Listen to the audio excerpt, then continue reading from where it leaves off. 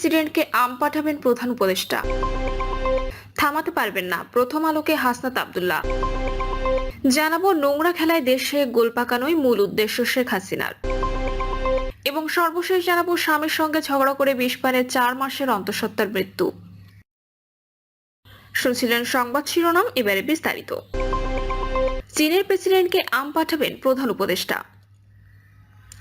চীনের president Xi জিনপিংকে আম পাঠানোর ইচ্ছে প্রকাশ করেছেন প্রধান উপদেষ্টা প্রফেসর মোহাম্মদ ইউনূস। প্রধান উপদেষ্টা প্রেস উইং জানায়, আলোচনায় কৃষি বাণিজ্য ছিল অগ্রগতির আরেকটি ক্ষেত্র। আগামী বছর কাঁঠাল রপ্তানির মধ্য দিয়ে চলতি মৌসুমে চীনে আম রপ্তানি শুরু করবে বাংলাদেশ। প্রধান উপদেষ্টা প্রফেসর মোহাম্মদ ইউনূস বলেন, আমি নিজেই প্রেসিডেন্ট শির কাছে এক ঝুড়ি তাজা আম পাঠাবো। বৈঠকে প্রধান উপদেষ্টা চীনে পাট রপ্তানি সম্প্রসারণের সম্ভাবনা উত্থাপন করেন এবং লোকোমোটিভ খাতে আরো বেশি চীনা বিনিয়োগের আহ্বান জানান। তিনি চট্টগ্রাম ও সৈয়দপুরে লোকোমোটিভ তৈরি ও রক্ষণাবেক্ষণ কেন্দ্র স্থাপনের পাশাপাশি সক্ষমতা বৃদ্ধি ও কর্মশালা ও প্রশিক্ষণ কর্মসূচির প্রস্তাব করেন। থামাতে পারবেন না প্রথম আলোকে হাসনাত আব্দুল্লাহ। দৈনিক প্রথম আলোয় প্রকাশিত সংবাদের কড়া সমালোচনা করে জাতীয় নাগরিক পার্টির দক্ষিণ অঞ্চলের মুখ্য সংগঠক হাসনাত আব্দুল্লাহ বলেছেন, দিল্লি থেকে লিখে দেওয়া নিউজ করে যদি ভেবে থাকেন হাসনাত আব্দুল্লাহকে থামাতে পারবেন, তাহলে আপনারা এখনো ভুলের জগতে আছেন। হাসনাত আব্দুল্লাহ তার ভেরিফাইড ফেসবুকে দেওয়া এক পোস্টে কথা বলেন। হাসনাত আব্দুল্লাহ লেখেন, প্রথম আলো আজ শিরোনাম করেছে হাসনাতের বিলাসী জীবনযাপন নিয়ে প্রশ্ন। আমি প্রথম আলো সেই সাংবাদিককে অনুরোধ করছি, আপনি দয়া করে আমার বাসায় এসে দেখে যান আমি কত বিলাসী জীবনযাপন করি। দিল্লি থেকে লিখে দেওয়া নিউজ করে যদি ভেবে থাকেন হাসনাত আব্দুল্লাহকে থামাতে পারবেন, তাহলে আপনার এখনো ভুলের জগতে আছেন। থামার হলে তো সেদিনই থেমে যেতাম। ক্লিন ইমেজে আওয়ামী লীগ ফেরানোর বিরুদ্ধে জীবনের ঝুঁকি নিয়ে একাই রুখে দাঁড়াতাম। থামার হলে আপনাদের মতোই ভারত বার এদের তাবেদারি করে মন্ত্রী হওয়ার হিসাব করতাম। বিলাসিতায় যদি করতে চাইতাম, তাহলে আমার এত যুদ্ধ করার দরকার ছিল না। আপনাদের সাথে মিলেমিশে বিলাসী জীবন বেছে নিতে পারতাম। আমি সেটা করিনি এবং করবও না। যতই তথ্য সন্ত্রাস করেন, আমি ভারত আর এর বিরুদ্ধে কথা বলা থামাবো না। আওয়ামী লীগ ফেরানোর কোনো উদ্যোগ জীবন থাকতে সফল হতে দিব না। আমি কত বিলাসী জীবনযাপন করি সেটা সবাই জানে। আমার ব্যাংক ব্যালেন্স থেকে শুরু করে ট্যাক্স রিটার্ন সবকিছু এক্সেস করা যায়। আপনারাও এক্সেস করতে পারতেন, কিন্তু আপনারা করেননি। চ্যালেঞ্জ করে বলছি, গতকালের মিটিংয়ে আমার সব বিষয়ে কোনো কথাই হয়নি, প্রশ্ন হয়নি, অথচ এত বড় মিথ্যা আমার নামে ছাপিয়ে দিলেন। আমি আবারও চ্যালেঞ্জ করছি, আমি কারো কাছ থেকে 1 টাকাও নিয়েছি এটা কেউ প্রমাণ করুক। যে কোনোভাবে সরকারি বেসরকারি যে কোনো গ্রহণযোগ্য প্রক্রিয়ায় তদন্ত হোক, আমি রাজনীতি ছেড়ে দেব, কিন্তু এসব মিথ্যা নিউজ করে আমাকে রাজনীতি থেকে মাইনাস করা যাবে না। নোংরা খেলায় দেশে গোল পাকানোই মূল উদ্দেশ্য শেখ হাসিনার। আওয়ামী লীগ পুনর্গঠন নয়, চট করে চলে আসাও নয়, বরং দেশে গন্ডগোল পাকানোই মূল উদ্দেশ্য প্রতিবেশী ভারত পালিয়ে যাওয়া সাবেক প্রধানমন্ত্রী শেখ হাসিনার। পরিবার ও নিজ দলের সিন্ডিকেটকে আগে ভাগে সরিয়ে দেশে অনিরাপদ করে ফেলে যাওয়া নেতাকর্মীরা হচ্ছে এ কাজে তার বিশেষ আইটেম। তাদের মার খাইতে কিছু সিনসিনারি তৈরি করতে চান শেখ হাসিনা। নমুনা বলছে, আপাতত মোটা দাগে তার লক্ষ্য উদ্দেশ্য এটাই। অথচ এখনো পর্যন্ত নিজ কৃতকর্মের সামান্যতম ভুল স্বীকার করেননি শেখ হাসিনা। দুঃখ প্রকাশের তো প্রশ্নই আসে না। ধারণা করা হয় গোটা দলটিরই এটি একটি বৈশিষ্ট্য। অভিজ্ঞজনরা বলেন, আওয়ামী লীগের রাজনীতির ইতিহাস হচ্ছে সংঘাত, সহিংসতা ও জোরপূর্বক ক্ষমতা আঁকড়ে রাখার ইতিহাস। বলা হয়ে থাকে ফ্যাসিজম দলটি ডিএনএতেই। এবারের পরিস্থিতির কারণে কোথাও কোথাও ব্যক্তি পর্যায়ে কিছু ভিন্নতা পাওয়া যাচ্ছে। নেতাকর্মীদের কেউ কেউ কিছুদিন নানা জায়গায় লুকিয়ে থেকে সমাজে মিলেমিশে আত্মরক্ষার চেষ্টা করছেন। আসলে তারা আওয়ামী লীগ করেননি বা বাধ্য হয়ে করেছিলেন। এ ধরনের কিছু বাহানায় কোনো মতে যান বাঁচানোকে ফরজ জ্ঞান করে টিকে থাকার সচেষ্ট। এই শ্রেণীটাকেও নিরাপদ থাকতে দিতে নারাজ শেখ হাসিনা। তিনি চান এরা গা ঝাড়া দিক, মার খাক, দেশে ইস্যু তৈরি হোক। তাদের গা ঝাড়া নিশ্চিত করতে কখনো চট করে দেশে চলে আসা সহ নানান কুনির্দেশনার অডিও ছাড়ছেন কদিন পরপরই। কখনো কখনো অবাস্তব কর্মসূচি ঘোষণা করে তামাশায় ফেলছে নেতাকর্মীদের। দলীয় আবেগে বা ভবিষ্যতে আরো কিছু প্রাপ্তির লোভে মোহে কেউ কেউ এসবে গা মেখে ঝুঁকিতে পড়ছেন, মার খাচ্ছেন, কেউ কেউ পাকড়াও হচ্ছেন। বাস্তবে শেখ হাসিনা সেটাই চান।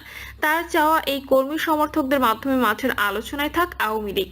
প্রাসঙ্গিকতায় থাক শেখ হাসিনা, এরা বাঁচলে বাঁচুক নয় মরুক। হুট করে, চট করে, টুস করে এ ধরনের শব্দে বরাবরই আসক্ত শেখ হাসিনা। এই ধরনের শব্দ তার মুখে লেগেই থাকে, যা ফ্যাসিস্ট রাজনীতির উপাদান। আর ফ্যাসিস্ট দলটিকে এদেশের মানুষের কাছে হাজির করা হয়েছে প্রগতিশীল, ধর্মনিরপেক্ষ ও সংস্কৃতি মনস্ক দল হিসেবে। দলটির ফ্যাসিস্ট চরিত্র সবসময় আড়াল করা হয়েছে, এমনকি আওয়ামী লীগকে একটি উদার রাজনৈতিক দল হিসেবে তুলে ধরার চেষ্টাও চলছে। অত্যন্ত সুন্নি ধার্মিক বিশ্লেষণও গেলানোর চেষ্টা কম হয়নি। সেই সঙ্গে শেখ মুজিবকে দেবতা মানতে বাধ্য করা হয়েছে। শেখ হাসিনার নামের সঙ্গে হযরত এবং শেখ মুজিবের নামে খুতবা পাঠের কানাঘুষাও চালানো হয়েছে। শেষতক এসব আর হালে পানি পায়নি, বরং 24শে জুলাই আগস্ট সব বরবাদ করে করুণ পরিণতির মাধ্যমে দেশ ছাড়া করেছে। ছাত্র জনতার অভ্যুত্থানে হাসিনার পতন ও পলায়নের পর আওয়ামী লীগ নেতাদের নিরাপদ আশ্রয় এখন কলকাতা। সেখানে তারা লুটের টাকায় বিলাসী জীবন যাপন করছেন। অন্যদিকে দিল্লিতে বসে হাসিনা অডিও বার্তায় হুঙ্কার ছাড়ছেন। তিনি বসে নেই, নেতাকর্মীদের রাস্তায় নামার জন্য নানাভাবে উস্কানি দিচ্ছেন, এমনকি পাল্টা আঘাত আনার ডাক দিয়েছেন। নিজেকে আড়াল করে হাসিনা দেওয়া অডিও বার্তাগুলো বেশ রহস্যময়, যা লক্ষ্য করে শিক্ষার্থীরা জনসভায় গান গেয়েছিলেন, দেখা না দিলে আপা কথা কইও না। তবে হাসিনা কথা বন্ধ করার মানুষ নন। 1.5 দশকের শাসনে গুম, খুন ও নিপীড়নমূলক কর্মকাণ্ডে সঙ্গে তার লাগামহীন মুখের কথা ও দেশের মানুষের মনে গেঁথে আছে তীরের মতো। তার সেই স্বভাব এখনো অটুট। তবে এখনো পর্যন্ত সোশ্যাল মিডিয়ায় অডিও বার্তায় তার যেসব কথা শোনা যাচ্ছে, তাতে 2000 মানুষের মৃত্যু ও প্রায় 20,000 মানুষকে পঙ্গু করা নিয়ে কোনো অনুশোচনা নেই। নিজ দলের নেতাকর্মীদের বিপদে ফেলে পালিয়ে যাওয়া নিয়ে কোনো লাজ শরম নেই। পালানোর 72 ঘন্টা আগেও নিজেই বলেছিলেন শেখ হাসিনা পালায় না। মজার ব্যাপার হলো, তিনি যখন ছাত্রদের হত্যার নির্দেশ দিয়ে টেলিভিশনের সামনে বাগাড়ম্বর করছেন, তখন শেখ পরিবারের সব সদস্যকে দেশ ছেড়ে পালানোর ব্যবস্থা করেছেন। এখনো পর্যন্ত শেখ হাসিনা পরিবার বা আওয়ামী রাজনীতির সঙ্গে ঘনিষ্ঠ একজনও পাকড়াও হয়নি। লুটের বিপুল অর্থের অধিকারী তার স্বজন ও হার্ডকোরের সদস্যরা বিদেশে মৌজ মাস্তিতে বেশ সুখী জীবনযাপন করছেন। আর শেখ হাসিনা ভারতের সমর্থন নিয়ে প্রতিশোধ স্প্রিয়া থেকে আবার সক্রিয় হয়ে ওঠার চেষ্টা করছেন। পলাতক নেতারা দেশকে অস্থির করতে বিপুল অর্থ খরচ করছেন। আবেগে কিছু কর্মী সমর্থককে টোকা দিচ্ছেন মাঠে নামতে। এর লক্ষ্য তারা মাঠে নামুক, ইস্যু তৈরি হোক। নোংরা এর লক্ষ্য হাসিলে কদিন পরপরই ফাঁস হচ্ছে সাবেক প্রধানমন্ত্রী শেখ হাসিনার অডিও কল রেকর্ড। সেখানে দলীয় নেতাকর্মীদের সঙ্গে দেশের নানা বিষয় নিয়ে কথা বলতে শোনা যায় তাকে। সেখানে ছুড়ে দিচ্ছেন নানা হুমকিও। অডিওগুলোতে অন্তর্বর্তী সরকারের প্রধান উপদেষ্টা এবং সমন্বয়কদের খুনি আখ্যা দেওয়া হয়। কর্মীদের লেখা গান কবিতা শোনাতে বলা হয়, সেই গান আবার টিকটকে ছাড়তে বলা হয়। নোংরামি, হীনমন্যতা কোন পর্যায়ে ভাবা যায়? গণহত্যার বিচার আমার না, বিচার হবে ইউনূসের, এমন কথা বলছেন অহরহ। দেশকে অস্থিতিশীল করা, মানুষকে প্ররোচিত, উত্তেজিত করা, বিভ্রান্ত করার এই উদ্দেশ্য মাঝে মধ্যে কিছুটা কাজেও দিচ্ছে। সংখ্যায় কম হলেও আবেগতাড়িত কিছু কর্মী সমর্থক চোরাগোপ্তায় রাস্তায় নামছে, ধরাও পড়ছে, মার খাচ্ছে। সামনের দিনগুলোতে আওয়ামী লীগ নেতাকর্মীরা হাসিনার ফাঁদে পা দিয়ে তারা আরো বেশি মাত্রায় মানুষের রোষানলে পড়বেন, তা বলাই যায়।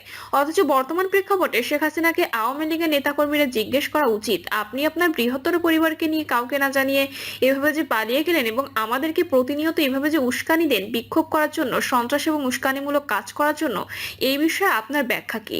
অনেকের ধারণা, ভারতে পালিয়ে যাওয়ার পর থেকে শেখ হাসিনার ঠিকানা দিল্লির কেন্দ্রস্থলকে চক্রাকারে ঘিরে রয়েছে, যে এনার রিং রোড, তার ঠিক ওপরেই 4 তলা পেল্লায় বাড়িটা। ডাক বিভাগের রেকর্ড অনুযায়ী ঠিকানা 56 রিং রোড, লাজপত নগর, দিল্লি।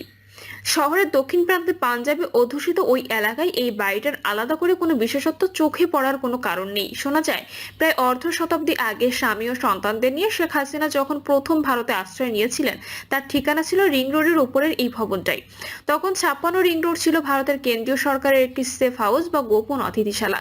শেখ মুজিবুর রহমান আততায়ীদের হাতে নিহত হওয়ার পর ভারতের প্রধানমন্ত্রী ইন্দিরা গান্ধী যখন তার কন্যাকে সপরিবারে ভারতে আশ্রয় দেওয়ার সিদ্ধান্ত নেন, দেশের নিরাপত্তা সংস্থাগুলো প্রথমে তার থাকার ব্যবস্থা করেছিল এই বাড়িতেই। শেখ হাসিনা যে ভারতে মোটেই গৃহবন্দী নন, তার প্রমাণ তিনি দলীয় নেতাকর্মীদের সঙ্গে নিয়মিত কথাবার্তা বলতে পারছেন। কিন্তু বাংলাদেশের শেখ হাসিনার রাজনৈতিক পুনর্বাসন কি আদৌ সম্ভব? এই অত্যন্ত স্পর্শকাতর বিষয়টা নিয়ে দিল্লি কি ভাবছে? গত 8 মাসে শেখ হাসিনার সঙ্গে আওয়ামী লীগের নেতাকর্মীদের ফোনালাপের বিষয়ে ভারত সরকারিভাবে এখনো পর্যন্ত কোনো মন্তব্য করেনি। বাংলাদেশ থেকে ভারতকে বারবার বলা হয়েছে শেখ হাসিনাকে সংবরণ করাতে। এতে দুদেশের সম্পর্কের ক্রমাবনতি হচ্ছে। ভারতের কোনো জবাব দেয় না, কিন্তু গোলমাল যা বাধা তা তো হয়ে চলেছে। প্রিয় দর্শক, এই ছিল এখনকার সর্বশেষ সংবাদ আপডেট। সব সংবাদ পেতে চ্যানেলটি সাবস্ক্রাইব করে বেল আইকনটি ক্লিক করে রাখুন।